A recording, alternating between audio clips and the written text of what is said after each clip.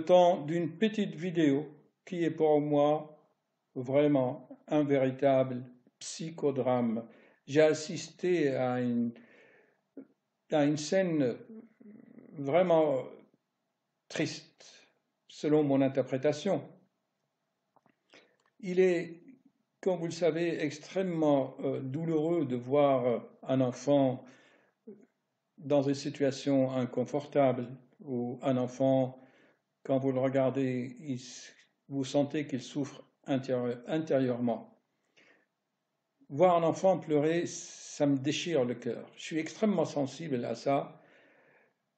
D'ailleurs, l'actualité prouve ce que je viens de dire. Vous connaissez Donald Trump. Tout le monde l'a qualifié de tous les noms. Eh bien, depuis 3 jours, je crois, il a envoyé des fusées Tomahawk pour bombarder l'aéroport à partir duquel des avions avaient décollé pour jeter des bombes sur des villages ou sur un village syrien et qui a tué des enfants. Donald Trump a dit voir des enfants brûlés ou morts sous les bombes, ça ne pouvait pas le laisser insensible, donc il a réagi. Il a réagi. Ça ne sera pas une vidéo très longue parce que j'ai l'impression que les vidéos longues ne sont pas très regardées. Je vous donne juste le récit et juste des mots-clés, des phrases très courtes. Et c'est à vous donc de réfléchir et de voir ce que ça peut vous. Mais commençons tout de suite par écouter une super chanson qui a des paroles très précises.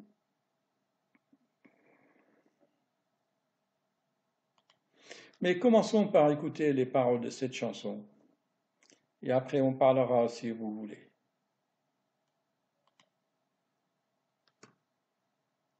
What do I mean by natural giving?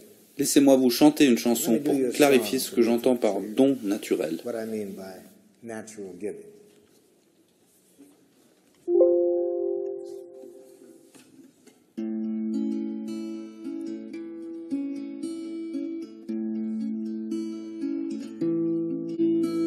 I never feel more given to than when you take from me. When you understand the joy I feel caring for you. And you know my giving isn't done to put you in my debt, but because I want to live the love I feel for you. Et voici, chers amis, le thème de notre vidéo. C'est la scène à laquelle j'ai assisté cet après-midi dans un coffee shop à côté de chez moi, là, cet après-midi à l'heure du thé. Voyez-vous, là, j'ai flouté bien sûr les visages. Ici, c'est l'enfant, il doit avoir 3-4 ans. Ici, c'est son frère. Et voici la mère. Donc, je vous laisse méditer sur cette scène. La mère, le bébé, son frère, et moi ici, j'étais assis ici, voyez-vous, je mangeais mon gâteau, tranquille, mais quand j'ai vu cette scène et comment la maman agit, eh bien, j'étais vraiment attristé, voire même dégoûté. J'ai quitté vite ce coffee shop et je suis rentré à mon cabinet.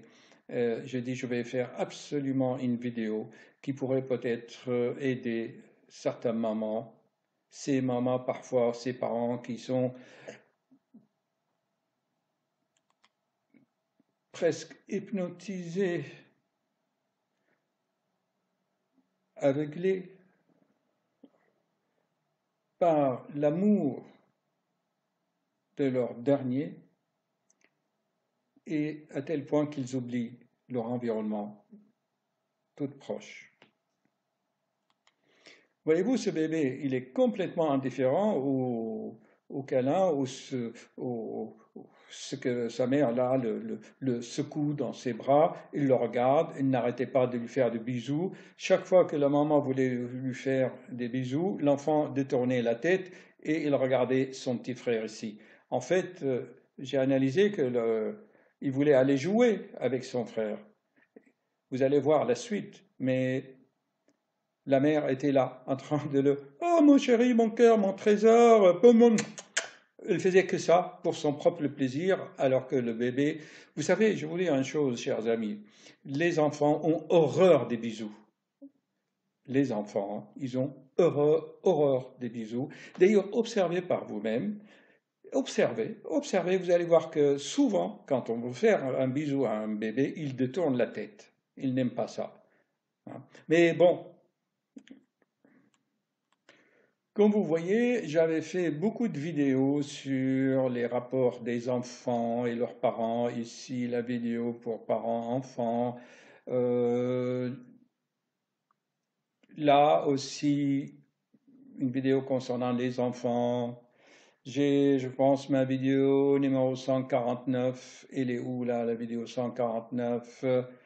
Là, l'instinct maternel ou comment la pensée modifie la matière. Là, c'est intéressant.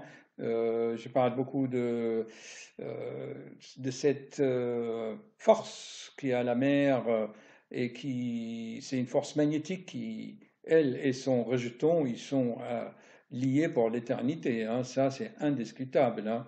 Il y a une autre vidéo, je crois, le 111. Elle est où là, la vidéo 111? On affiche plus de vidéos là. Euh,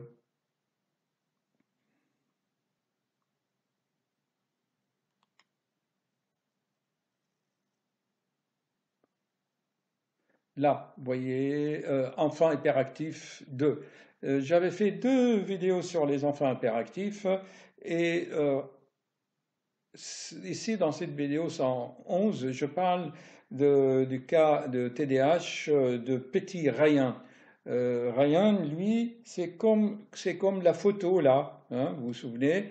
Elle est où cette photo? Là, là. Ça, c'est pareil. J'avais rencontré une autre maman avec ses 2 enfants. Pareil, la différence d'âge, c'était Ryan et son petit frère. Alors ensuite, si je vais aller ici et vous montrer toutes ces vidéos que j'ai faites, alors ce n'est pas seulement des vidéos, mais j'ai vécu des expériences amères, voyez-vous, pendant mes déplacements. Je voyais parfois, je me souviendrai toujours pareil d'une famille où la mère tenait encore le Benjamin et l'autre frère était endormi à côté sur un banc. Elle lui parlait même pas, elle lui adressait même pas la parole. Il est normal et il n'a pas de problème pour ça. Parfois, un des parents a une attirance vers un enfant plus que l'autre. Mais voyez-vous, la souffrance de cet enfant, il est intelligent.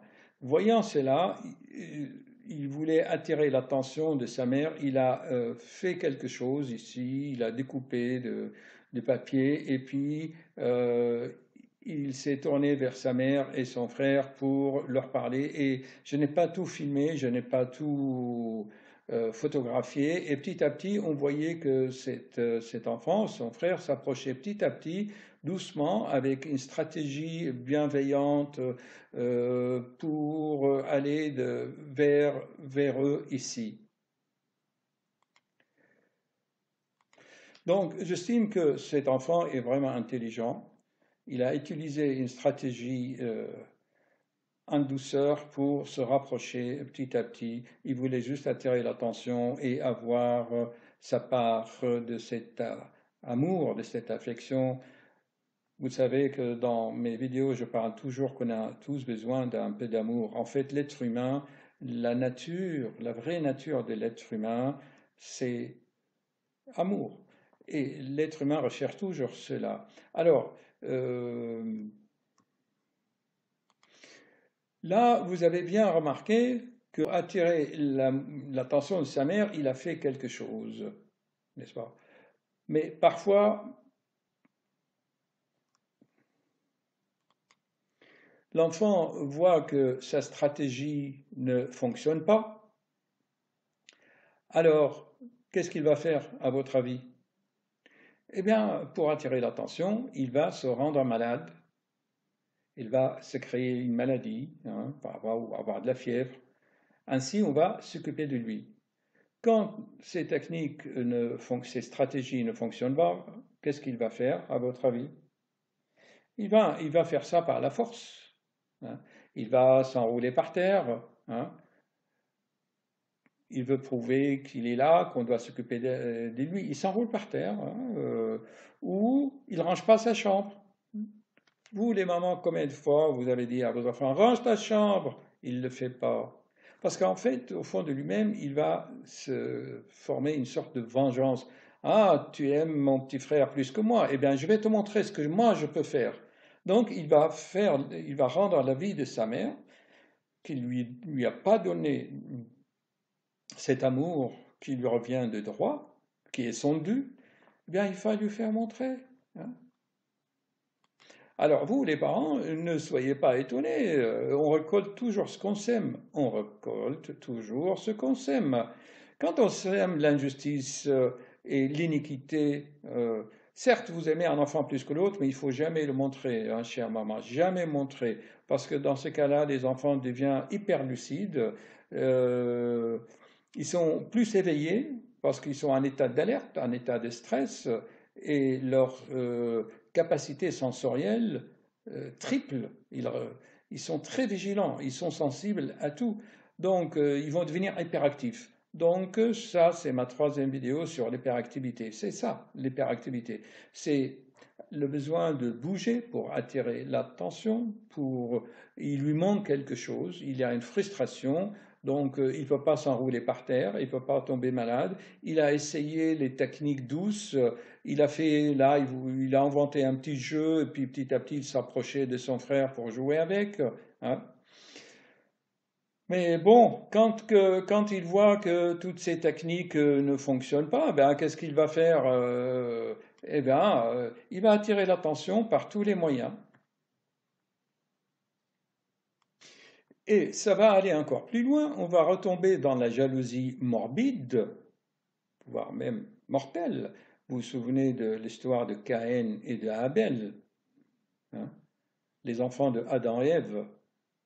Le premier crime de l'humanité, c'est quand Caïn a tué Abel. Et pourquoi? Parce qu'il a cru que Dieu le préfère plus que lui, hein? Voilà, vous connaissez cette histoire. Je ne sais pas si vous avez fait du catéchisme, hein? Et souvenez-vous de ma vidéo à propos de l'histoire de Ryan. Chers amis, quel est le message? Si vous faites attention dans votre vie de tous les jours, dans le transport en commun, dans les jardins, vous verrez toujours cette image qu'un des parents va s'occuper de petit ici et il laisse le grand tout seul à 3 km de distance. Alors l'autre, comment il va réagir? À votre avis? De plusieurs manières, c'est quelque chose qui va rester dans son subconscient pour l'éternité. Cette image, ça ne doit plus exister. En fait, la mère aurait dû jouer soit avec les deux, faire un jeu tous les trois ensemble, par exemple. Et, chère maman, la prochaine fois et à partir de cette vidéo, laissez le petit jouer et prenez le grand. Je répète, c'est du grand qu'il faut s'occuper, mais pas du petit. Ce petit, jusqu'à l'âge de 3 ans, il est inconscient. Sa mémoire ne fonctionne pas encore. C'est lui qui souffre. C'est un enfant qui souffre. Et on ne sait jamais comment il va exprimer cette souffrance. S'il est intelligent, il va le sublimer par les jeux, ce que cet enfant est en train de faire. Sinon, ça sera la violence à l'âge adulte. Parce que vous pouvez lui donner tout l'argent du monde, tous les jouets quand il est enfant. Si vous ne lui donnez pas l'attention, je ne dirais même pas l'amour, hein, les égards, l'attention, c'est ça. Pour qu'il sache qu'il existe, qu'il n'est pas abandonné. Est-ce que c'est clair? Il ne faut pas que l'enfant se sente abandonné, qu'il est à l'écart. Voici cette photo qu'elle reste dans les mémoires de toutes les mères et de tous les pères pour l'éternité. Il est interdit de voir cette image que ici l'enfant il est trop loin de son frère et de sa mère. On parle beaucoup d'enfants autistes, mais regardez ses comportements. Il est à part, il joue tout seul. Je l'ai vu, il a inventé des découpages, comme je le répète, et petit à petit il s'est rapproché, il s'est contorsionné, et petit à petit il voulait juste toucher le genou de sa mère. Mais sa mère, rien à faire. Elle n'a vraiment rien à faire. Elle ne le regardait même pas. J'ai été horrifié, j'ai quitté ma table ici et je suis parti. J'ai fait la vidéo, mais j'étais tellement en colère que j'avais pas activé le micro. Ensuite, je l'ai refait, j'ai défait la vidéo. J'avais commencé à 15 heures et il est maintenant 23 heures passées. Donc, ça fait des heures que je travaille cette vidéo. Je ne savais pas quoi dire. Je ne savais pas quoi vous montrer. J'étais tellement sous l'effet de l'émotion. Si cette vidéo pouvait être utile pour une seule mère sur cette planète, eh bien, au moins, j'aurais fait quelque chose. Au revoir, chers amis.